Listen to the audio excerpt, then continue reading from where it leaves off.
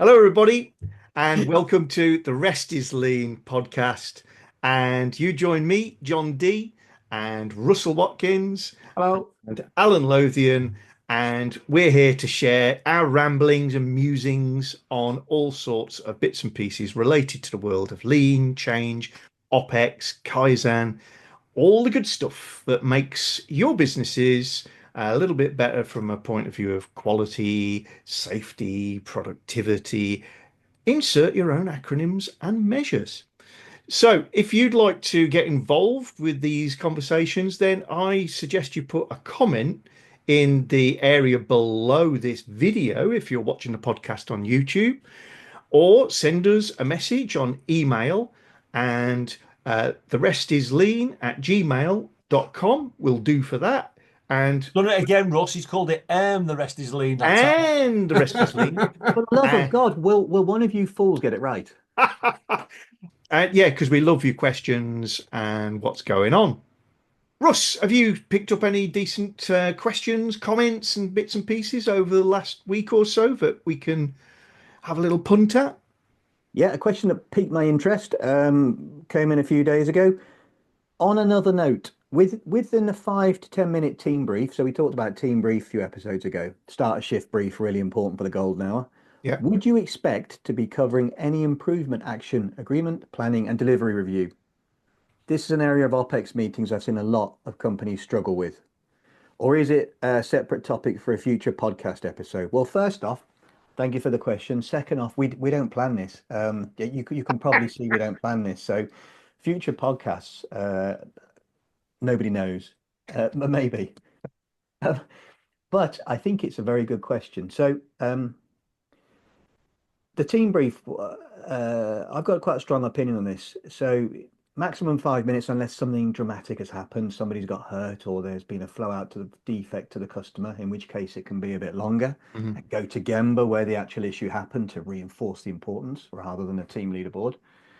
If it's a slow moving day, actually, so you haven't got much news, slow news, I think it's tremendous to either do a toolbox talk on a theme of the month, safety theme, or to go through your Kaizen plan sheet, through your problem and countermeasure sheet, and update the team and try to harvest ideas and use the time for Kaizen and not be afraid to. Mm, Team leaders out there, that's your time, protect it.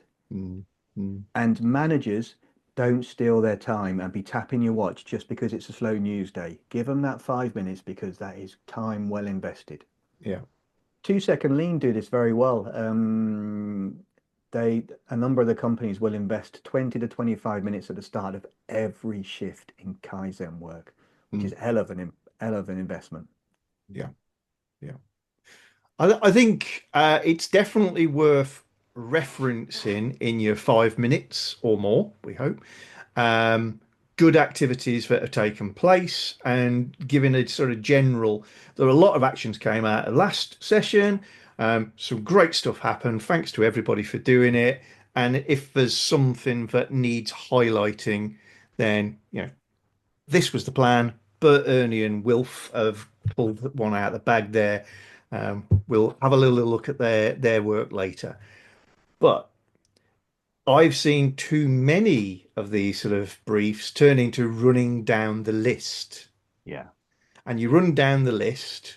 And if you are embedded the idea of change, continuous improvement, if there's lots of actions going on, that just becomes a big list that gets repeated.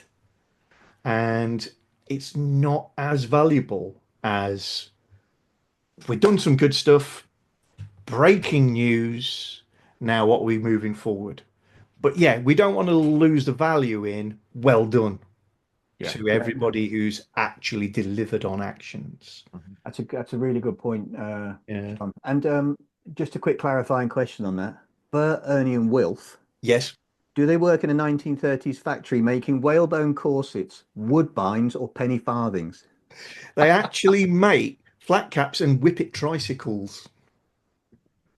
Hang on, a whippet can't articulate to do that, can Oh, it? don't get him These are started, injured Ross. Don't get whippets. him They started. don't. You don't work by the normal anatomy of your whippet. These are injured whippets because they've been down the mine. very specific injuries, and canaries and donkeys I was are going to say keep canary our mind. cages. Canary cages and Davy lamps. They are. Bert, Ernie, and Wilf. Uh, Oh, Alan, save us. Sanity in an Do you otherwise have an opinion world. on this? Well, only slight. I mean, to be honest with you, I'm pretty. I'm reasonably flexible. I wouldn't say thou shalt not do. Mhm. And also, you said, I know you see people going down a list, but there does need to be an element of structure within that because you need the structure to make sure to help manage your time. Because again, we've all been into some of these sessions, and it's down to the team leader having to hold that tight amount of time and get the necessary things through. Yeah. But you're right, Russ. You know, you will have what you call a quiet day. So I would put the trust in the team leader. If you've trained them right, if there's opportunity, yes, but don't let it, but know when to stop it and then say, Yeah, now we've got to take it offline. that's a Mm, really important point, knowing when Yeah. to stop. mm, But also knowing that the team understand when I might have to cut you short, because they might feel they're being cut short because they fully understand the purpose of the team brief. Yeah, Yeah. yeah. And John's point is really important as well about make sure you celebrate good stuff. Yeah, absolutely. Absolutely. I think along with the generic well done to everybody for all the actions that have been completed, if you're a good team leader, you're going to have done probably prior to that session, but if not immediately after, you're going to go and speak to Wilf and say, well done on that good stuff. And can we share some pictures another day? Because we haven't got the time. Yeah. Just make sure people feel appreciated. Mhm. It costs nothing except time. I think that's the biggest challenge. I think you've got a good, when you've got a good solid team leader, but they don't want to let the team down. Mm, So they feel that they've got to spend that extra time. mm, And all I would say to them is just try and sit back, stand back and think, is now the right time? yeah. Think about the purpose of the team brief and what you're trying to create at the end of it for the team. Mm, Like you say, create the goal, give them the best possibility of that golden hour. Yeah. yeah. Mhm. Al, any questions, comments that have piqued your interest over the Yeah. last So, fortnight? Yeah, so we had one from our friend at the Grey Beard Academy. Which, oh, by the way, he's asked if you want to join Russell, not Russell, sorry, John. You can if you want, my friend. Have I got to Russell, dye the black come on. bits though? You Because I don't like have my to. No, no, stripes. no. That's good enough, mate. That's fine. Mine's the same there, but I keep shaving mine off. Yes, but yeah, it was a roundabout in a previous episode. We'd spoken about businesses starting on their lean journey, and we had a lot of commentary around that. But the question was around QCD. Mhm. All right.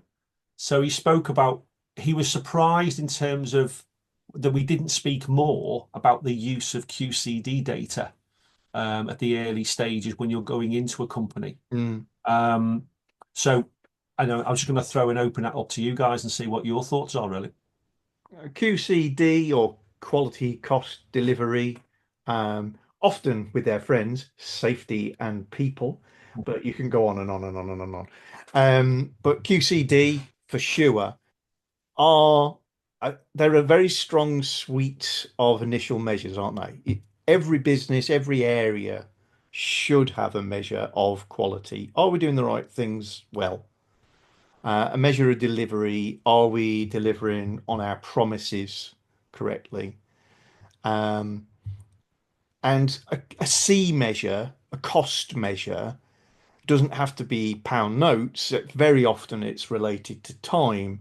It's, what you consuming to do this. It's kind of a measure of efficiency or productivity. As long as you've got all those three covered, then you've got a nice way of viewing where we are today, and you want to move the needle in the right direction on at least one of those without damaging the others. So I think that's the power of QCD. Yeah. And yeah, sure. I think I would encourage all businesses to use a technique like that, a balanced suite of measures that gives you indications of progress. And if you're able to dig into QC and D and go through the Paretos of what makes up the negative elements of them, you're going to get a lot of clues about what should we fix, where should we approach first. But I think in the context of the question we were answering, if you were dropped into a company and asked to go fix, what would you do? What would you look at? What would you ask? Um, a lot of the time, we're dropping into companies who haven't got that. Mm.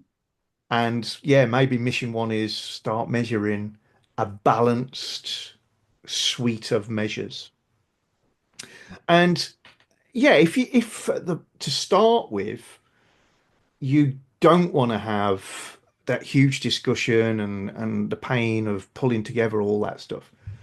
Just ask folk, what are they trying to do better? What's their gut instinct? And they say, oh, well, we just want to be more profitable. It's a real throwaway line, and you could apply it for anywhere. So, okay, that's a measure. Let's call that the output measure. But you need to start measuring it right now and displaying it. How? What is your gut instinct about what you would have to do better in order to move profitability? Is it sales? Is it making something faster? Is it putting more things in the box and less things in the bin? Is it, I don't know, talk to me. And whatever they come back with, say, well, okay, well, let's take one or two of those things as your process measures. Let's start measuring those. Chances are they're going to be Q, C, D, or P type things. And then, depending on what you've heard, they're talking about we want to be more profitable. They're going to measure putting less things in the scrap bin and more things in the good bin. Right. Give me a balancing measure that is stop yourselves from cheating Yeah, or gamified. measure your measure of unintended consequence. So that might be if you're chasing something that's about productivity, let me into your company. I will fix it. I'm a genius. Oh, by the way, quite a few people will resign Yeah, because I'll yeah, make them all miserable. yeah. So let's John, have the measure of absenteeism and staff turnover yeah, in that last category because it'll stop me cheating. It, John, yeah, you're channeling Warren Buffett and Charlie Munger of Berkshire Hathaway. I'm Charlie Munger, isn't he the racing driver with the blades? Well, it could be as well. But these two fellas run the multi-billion-dollar investment fund. Warren Buffett's a legend. Warren, I've They're, heard of. they're big fans of paired metrics. For exactly what you said, Oh, okay. make sure that you're not driving unintended consequence with just one metric. Make Mm. sure there is a Yeah. balancing metric. Yeah. Stop you Um, cheating measure. yeah, yeah. Yeah. And of course, align the incentives in people's contracts to it, bonuses, etc. Yeah.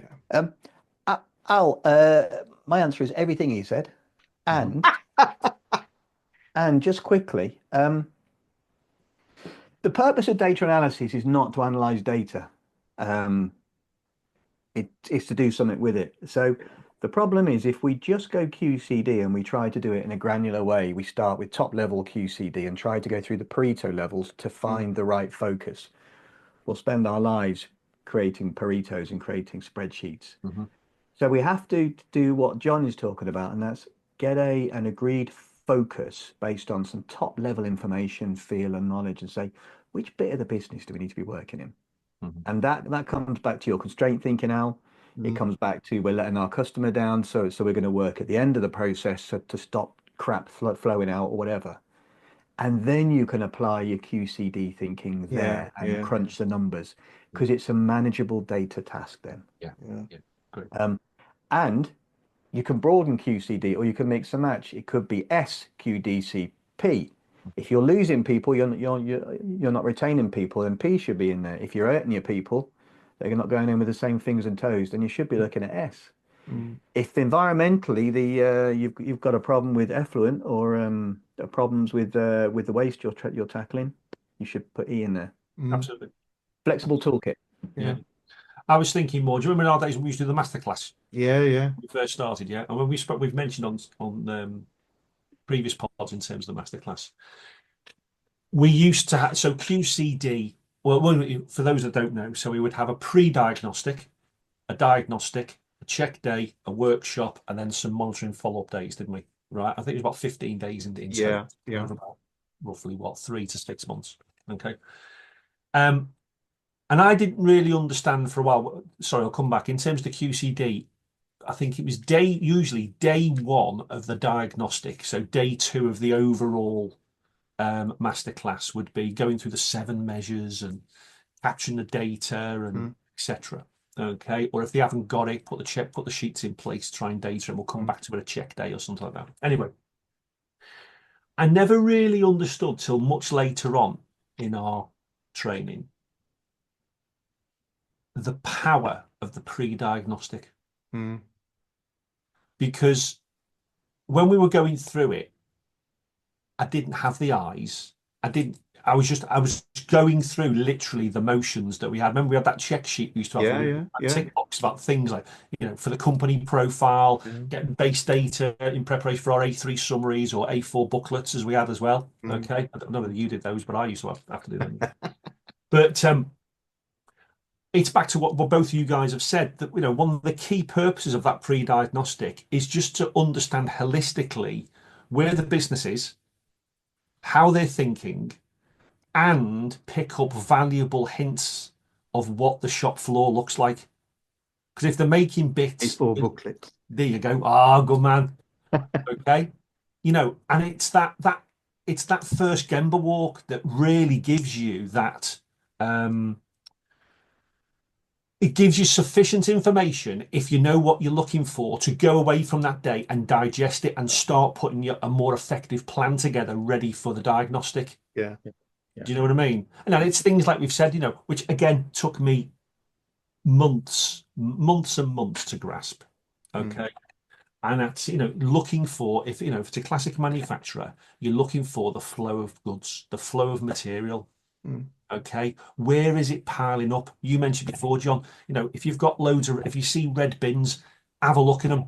Yeah. Go into your skips that we've mentioned on, skip diving in previous episodes. Go in there. There is an absolute fountain of opportunity and knowledge and information out there that doesn't need to come on a piece of paper or from a pretty graph. All right. And it's reality.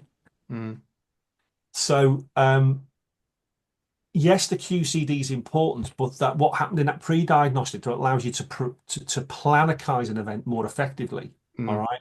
I think, like I say, it took me a huge amount of time to really grasp. I think that there was huge value in it. And I think those check sheets we used to run through and the standard timetables for it all, that was all part of us building our muscle memory. Correct. We talked about it before, the sort of kata, we know what to do without thinking. Is it necessary that is always the answer? No, but it will work. Exactly. I think there was a lot of idle steps in there, because if I miss that out, I won't know what comes next. Correct. Exactly. Can I throw something in there? Let's think about that pre-diagnostic or first visit.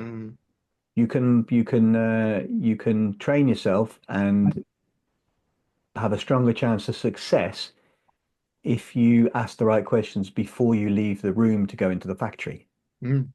And so whatever your 3 questions are, I would advise anybody who's visiting a new site, that might be an ops manager going to work somewhere else, or a lean change agent internally who's got 5 or 6 sites to look after. Anytime you go onto a site, you should have 3 questions that you're going to ask before you go onto the Gemba that will help you to understand where to focus. And by the way, like any good Pareto, those 3 questions should refresh over time.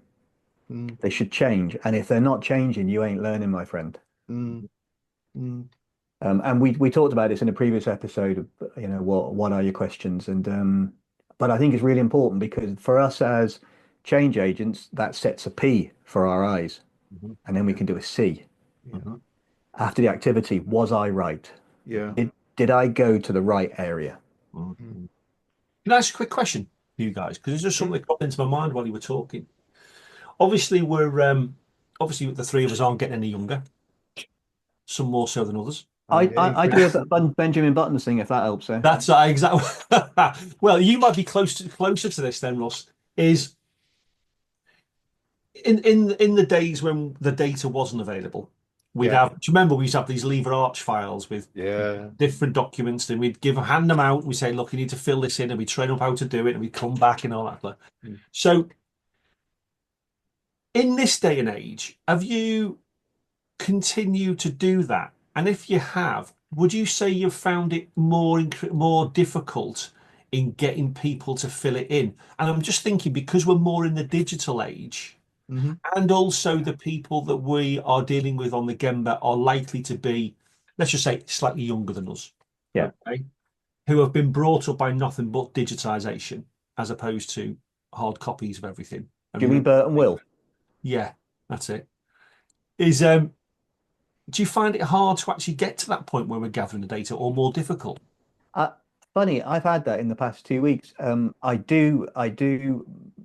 Uh, it's case by case, but very often I do ask people the first time they work with me, to crunch the numbers with me Yeah. physically.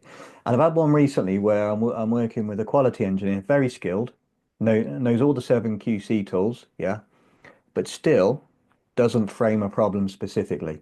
Hmm. So we have gone through, and they have a spreadsheet where it lists all of the problems that they've had. And so they have no sense of aggregation, of rank, of priority. And so I sat with them and did a pie chart and Pareto of that spreadsheet. Yeah, Took us 45 minutes. Oh, I didn't realize that that was the biggest problem, yeah. Mm. because they'd surrendered to the spreadsheet, and they hadn't.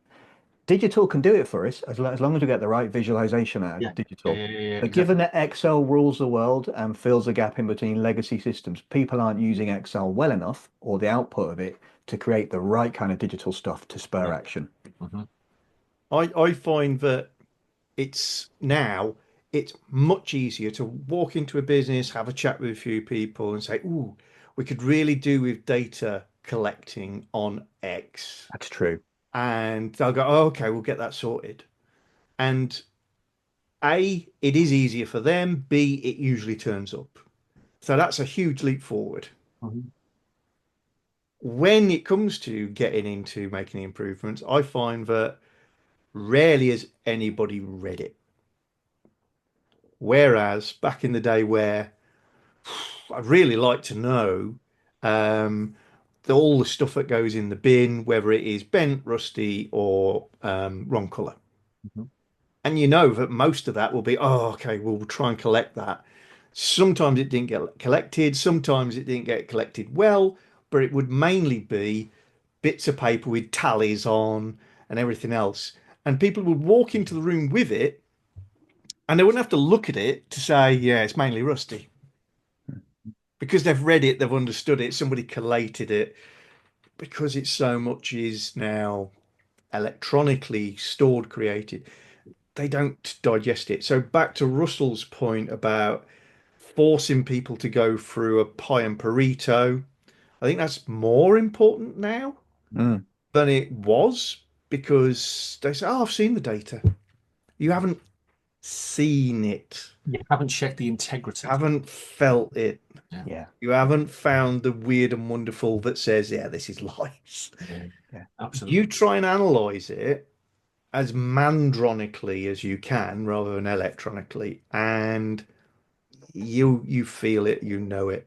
Yeah. Um, But Also, if you force people to do a bit of manual manipulation of the data, the next time you ask them to collect data, they're a lot more careful to be more focused, get the categories right, and all that sort of stuff because it hurts them. yeah, just until the penny drops, we're not telling people to be burning spinning jennies here. We're not Luddites. We're Mhm. saying, if they're not seeing the output of the data, then we need to recalibrate briefly. And then once a penny's dropped, by all means use all the Yeah, digital stuff you want, absolutely. but create the right front end that shows you what you need to see. And you've taken them through the learning mechanism so they understand why we've had to go through that. Yeah, exactly. Because that'll help them for the future. I generate all my pies and Paritos electronically. Yeah.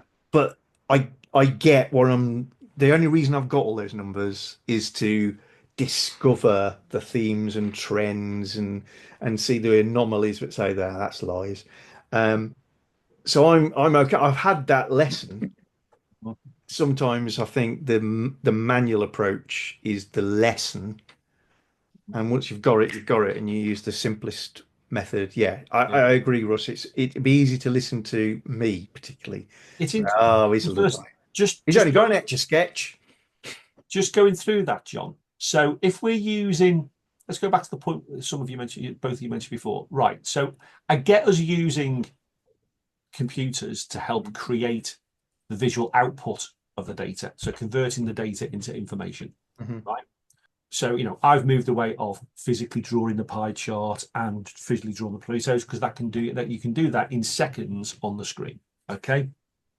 But the computer will only spit out the data that you put into it.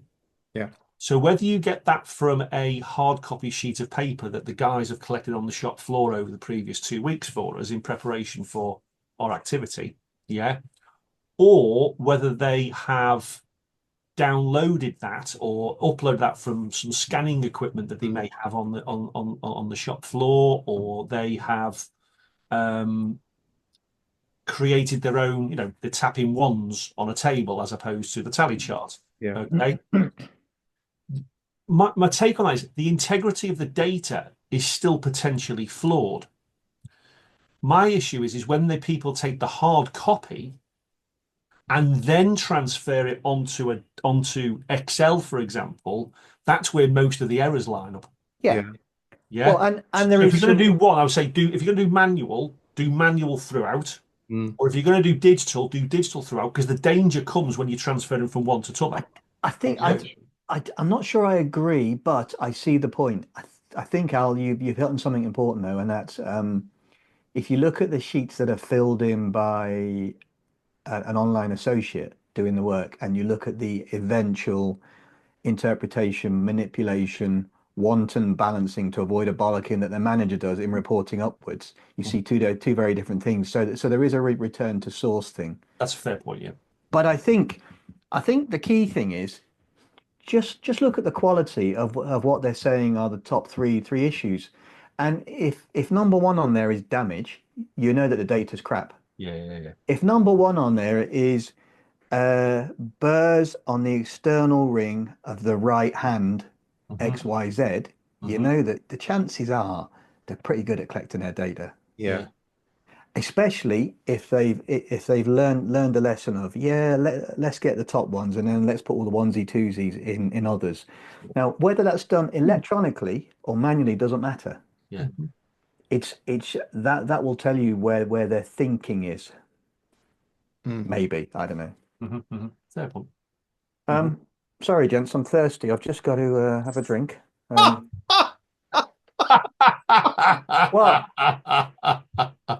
Do you You made realize? your own brand of soft drinks. Hey, John, we've got to tick the other box now on YouTube. Oh, he hasn't even got a soft drink. It's a brew. Product placement is Brewdog. I show you this for a reason, gents. Talking about, Have you had a word with him? well, I bought 4 packs of these at Christmas to give to customers, yeah? Yeah. See, it says Brewdog and Senpai Yeah. from your Secret Santa, and I put our logos on there. Wow. Keep on leaning, and it's basically just Brewdog's Punk IPA in a branded can. Yeah. The problem is the printing is crap. There's a line across the top, yeah. Are we going back to your fridge magnet thing again, or whatever it is? We are. Can you see the line across the Yeah. top? Got it. And where they put the my little keep on leaning, ep on leaning. Oh, look. So Yeah. and some of the labels are damaged. So I sent them an email, as you might expect, saying, look, I know a thing or two about quality, not good enough. I understand that you're trying to have a mass customization product offering here, and it's a very good idea. Yeah. You ain't executed it. I want my money back. And And by all B, I means, want a trip round. pick up the beer. Yeah. But it's so interesting that you can mass customize and there are also bubbles, pinhole. There are bubbles, so they're rushing something to market, but damaging their brand Yes. in trying to offer something that's got some real appeal. It's interesting. Yeah. I don't know how they're trying to do it better now, but How yeah, strong is it, Russ? I'm sorry, I was just thirsty. How strong is it? Uh, it's five. It's it's five and a Oh, half. we're gonna have the Coke adverts in a minute, I mate. know, You It's yeah. should have Like, turned off. 5.4%, gents. he's going to come back shredded in the next. When you edit this one, John, he's going to come back completely shredded now. Now he's Hey, done that. hey, my CG skills aren't this good. Well, it gets worse, because I'm not drinking tonight because I'm meeting a couple of uni friends in Sheffield to sample the craft beer bars of Sheffield tomorrow. So Good man. Very, very nice. Nothing wrong with that. Is that Theakston's territory? No, that's Stone's territory. Sheffield. Was Theakston's Sheffield way? no, no, No. no, no. But it is UK's craft beer capital at the moment. Oh, wow. Well, I have got another one that I forgot to mention to you guys yeah. earlier. This came from an email as opposed to comments, right? Okay. And it's 5S related. So they were planning on doing a 5S activity in the rail industry. Right. And it was going to be dealing in an area, quite obviously quite a large area, where there's rolling stock, Yeah. right? And they were asking whether we had any ideas with regards when you've got heavy equipment that can't be easily moved, Hmm. when we're talking about separating essential from non-essential or at the red tagging stage, for example. Have we got any cunning plans or ideas of how we would get around that? Is it static rolling stock like stored Yeah, rolling stock or okay? yeah. So it Is needs it physical move, if uh, yeah. is it static rolling stock of current good rolling stock that's waiting to be refurbed or something or I don't know the detail that I don't know that level of detail, Ross, to be honest. I think okay? what he was getting at was he was getting about where you've got an amount of heavy items. Yeah. Hmm. So things that you can't easily pick up and put your yellow Yes. tape down and Yeah. separate your essentials. So where it's, Yeah.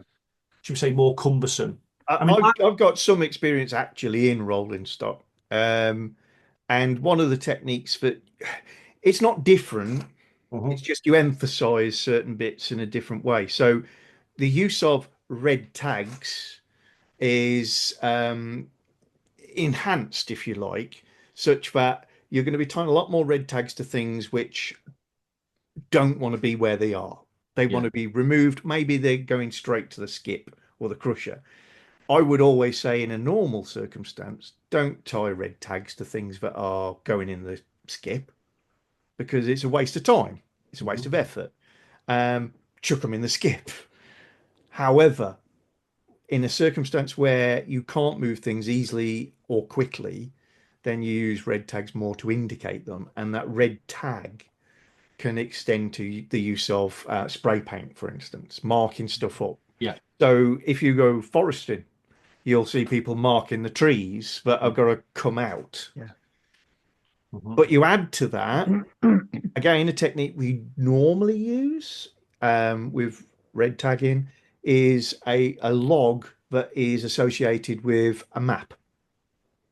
So you might mark on the rolling stock yard Mhm. the locations of the items that need removing. Yeah. So they've got a physical tag or spray painted mark on them. They've got a location number, which lines up with a map. And yeah, you've not removed anything maybe from that area because nothing can be removed until the next shunt happens, Yeah. where all the carriages get moved, or the next time there is um, a, a crane mounted on rails in the yard that is able to lift some stuff off onto a low loader and sail back out with it. Exactly. Yeah. Yeah. Yeah. So you do the 5S, but you don't do the moves. You just prepare so that people can see everything that's got to come out of there. That would be my first tip.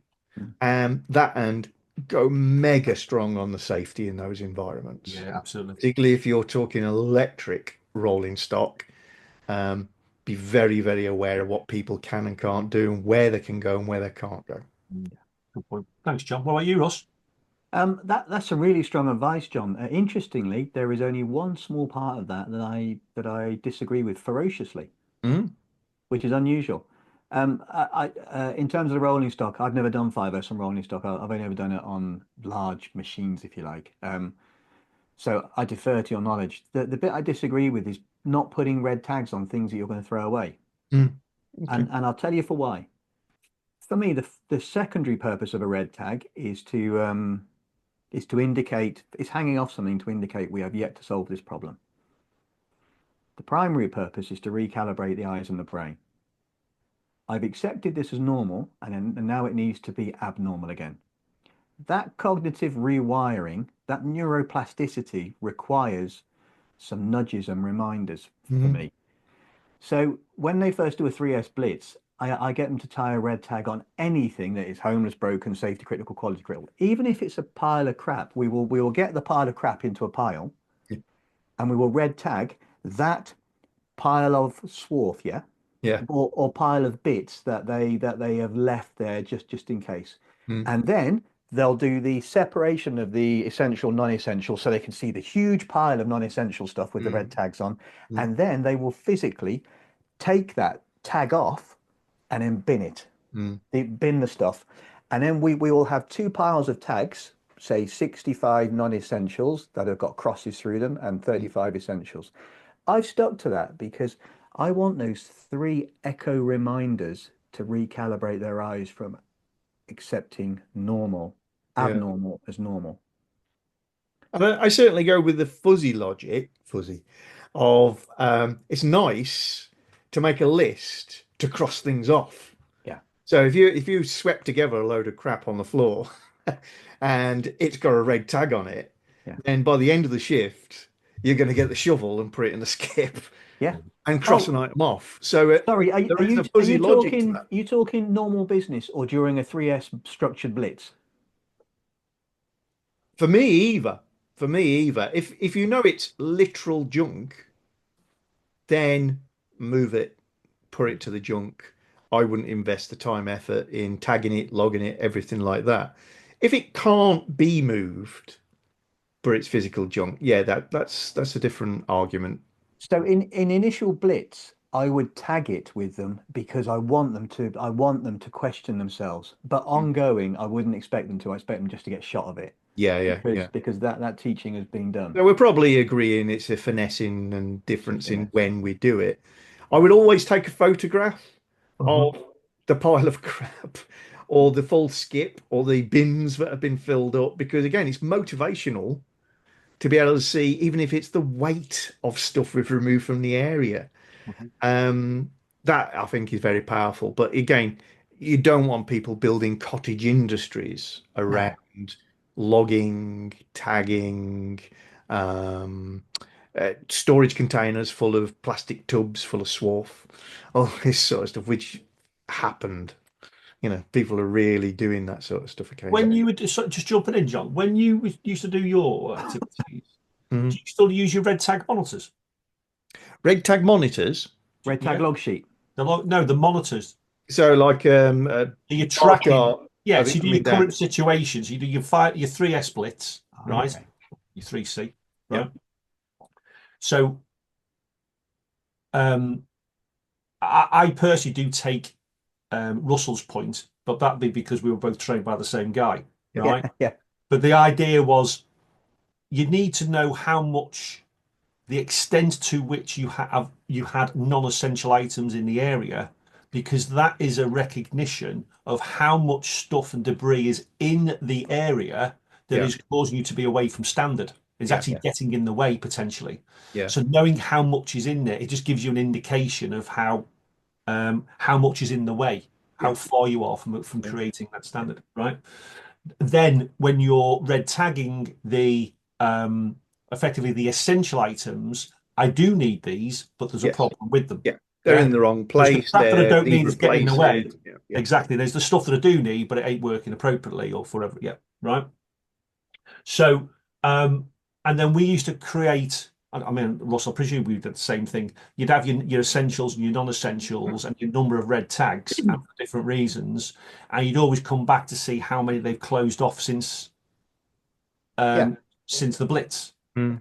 Yeah, But that has a different purpose. That is to create some cadence, some momentum of yeah. Well, improvement. that is it's to create the cadence, but it's absolutely right, and to ensure that we're driving the improvement down. But what I'm saying is, in terms of if you don't include the non-essential stuff in that Yeah, visual, that's another part of the story. You have yeah, all this that's getting in the way of what your guys are trying to do on a day-to-day basis. yeah, yeah. I do have a log or mon and a monitor.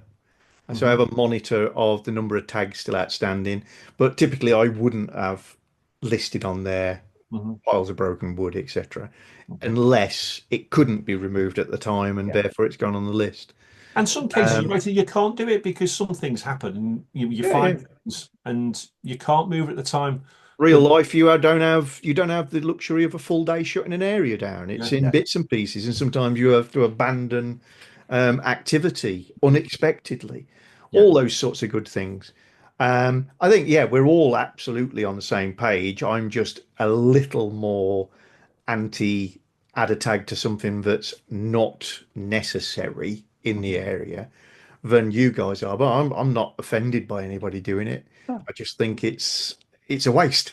mhm, So I'm anti-waste. mhm. What That's are you fair. going to do with that tire tag on it? What are you going to do with it next? Write it down on a list. What are you going to do with it? I'm going to add it to a monitor. What are you going to do with it next? I'm going to put it in a skip. What are you going to do now? I'm going to go around and cross them back off, yeah. or But put it in but the yeah, skip. but John, the listen, we're not gonna both are valid, but Yeah. I would vigorously argue that the most important thing, the first teaching is most important. So you are trying to, we will, we, m- okay, if we wanted to do our lean activities most effectively, we wouldn't involve the team. We do it ourselves. Hmm. Yeah. So everything we do with a team in terms of leading them through, giving them time as groups to do Paretos, giving them time to do this, that, and the other, we should just watch the videos, find the ways ourselves, and improve the process. That's far more efficient. Hmm. But that isn't the point. The point is capability, the point is today's Japanese word, monozukuri, which which I'll come to shortly. Oh, So I had an album. Did she do 99 Red Balloons? no, Now she you're did being she anonymous, Scurry. no she did Alan's lent his earphones to RF Cosford for their museum. Her difficult second album was John's Been to the Lab Again. Actually, I'm gonna point out as a piece of more advertising for Senpai World. Look at this. Look at this. Save me a can, Russ. I noted Mm. Senpai. Tastes of lean, I hear. Tastes of pure lean. Yeah, it tastes of piss actually, but anyway, go Just across Russell's shoulder, I know is that a copy of a fabulous book written by a lean expert? Which one? Do you mean The one that's It facing is. me, at the bottom there. oh Yeah. yeah, yeah. Is it Russell at Senpai Branding Day? Is that what it is? Russell down the plug hole or down the Hey, rabbit hole. No, No, John, no, adventures in lean John. Have land. you noticed he's even changed his tag on his screen for on the Zoom call? Have you noticed? now Russell at now Senpai. I'm gonna push back it. I'm glad I'm being trolled because I should be able to take it because I give it enough. I will What a say that cards. that book has been there for months, and I've always been Russell at Senpai, and all this arguing it makes me tired, gents. I think it makes me thirsty. But if you genuinely are interested, John, I'm currently working the follow. I'm writing the follow-up book, Misadventures in Leanland, but I'm trying to shape it right. Right. Interesting. And Misadventures in Leanland is about the mistakes that I've made and my clients have made, anonymized, that have meant that we haven't made the progress we should have. So book one, how Oh, to fix stuff. Book two, don't do this, it won't fix stuff. Yes. Yeah, okay. I shall look forward to seeing that. Yeah. Cool. So anyway, Japanese word of the week, yeah, Russell. What go have you for it. got for us today? It's a word that's pretty widespread amongst lean thinking folks, but I don't know about other people new to. Muggles, you mean? Moguls. Non-magic folk? No, I mean sensible folk. Uh, so the Japanese phrase is monozukuri wa hitozukuri, and it basically means make good people to make good things. Ooh. Now we can park the Jap, and it's often shortened to monozukuri. So if you hear somebody say it's monozukuri, then they're talking HRD, human resource development. They are talking make good people to make good things.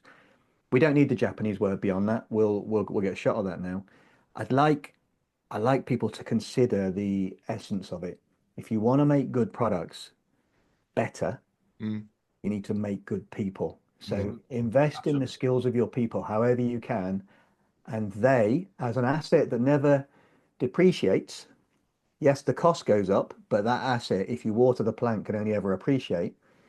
Um, if you invest in the people's skills, the right kind of skills, then it's a gift that keeps giving. Mhm. I think I've mangled four metaphors there, but there you go. Japanese phrase of the day. fantastic. And Cool. something I wholeheartedly agree with. I think we've discussed before. If you're going to try and develop somebody to make, for instance, a lean person, somebody to guide and assist and facilitate your business, don't necessarily pick the person who knows the most about lean. Mhm. Maybe pick the person who knows the most about lean, but pick the right person. Pick Yeah. the right person with the attitude, the people skills, the desire to learn and develop and change, and the developable person will be the right person to create your lean folk out of. Grow the Yeah. right people. As ever, gents, you speak perfect sense. It happens about twice a week. Unusual for me, Clever that. editing makes us look brighter than we are, which in itself should be very worrying because you lot have seen our videos. This is the good stuff. You want In to truth, we don't snipe it. edit John very well. edits out. It's just, I just take John, out the highly offensive language. John, it's just, Like the it's one I just, just said then, yeah, sorry. So, it's just a shame that the people can't see us together in person. well, you would think they'd be able to do that if only there was an opportunity to see us live and challenge us. Do you know that was That's right. seamless? That was absolutely It seamless. was. Al, aren't we meeting at the NEC quite soon? We are indeed. We are. So it's our second appearance at the Subcon event at the NEC, Yep. which runs the 4th and 5th of June this year. And we have the pleasure in having a slot on day two on the Yeah. 5th in the morning, 10:30 till 11:15, I 10:30 to think, 11:15. nominally. Yeah. Absolutely. Where the three of us will be there with in stocks and a lot of wet sponges, and people can throw them at us, Yeah, basically. yeah. And that was a metaphor for we will talk and ramble as we do now, but it's a great opportunity if you want to come along. Yeah. And some great stalls and some great companies that are there. But Mhm. if you want to come along and listen to us ramble on, and if you, more importantly, want to come and ask us some questions live, then Yeah, absolutely. we're all for it. Yeah. Boom. I'll get Al to drop a little link to the event in the description below the video that you've just watched, if you're watching it on Will do. YouTube. Because register for that. It's a really good event if you're in the world of manufacturing, particularly. But if you're interested in lean continuous improvement, if you work with subcontractors, it's just really great melting pot of ideas, concepts, philosophies, and you can attend all sorts of workshops, and you could come and see us. So, yeah, I think a working title for our little session is Sustainable Excellence in Operations, Making Things Stick. Um, and if you want to pop along and give us a few questions live or just meet us and have a chat, that'd be great. We'd really enjoy that. And if I remember rightly, Alan is offering £150 in Harvester vouchers for the best question on the day. Yeah, okay. Yeah. Thanks again, Ross. I'm going to be scared at the end of Russell it. will be bringing the beer with him. It's quite cheap on the grounds of the poor printing, but after the first tin or two, you don't care. You don't. In fact, I recommend having 3 tins before you listen to us. We shall have 2 tins before we talk to you. What's the best Anyway, before date on the bottom of the can, Ross? Oh, it's the 2003. So right, folks. So thank you so much for joining us. I hope you're going to join us again when we do this all over again, probably in 2 weeks' time, because that's how this seems to be happening. Um, the rest is Lean Podcast. See you soon. Bye. cheerio. Take care, guys.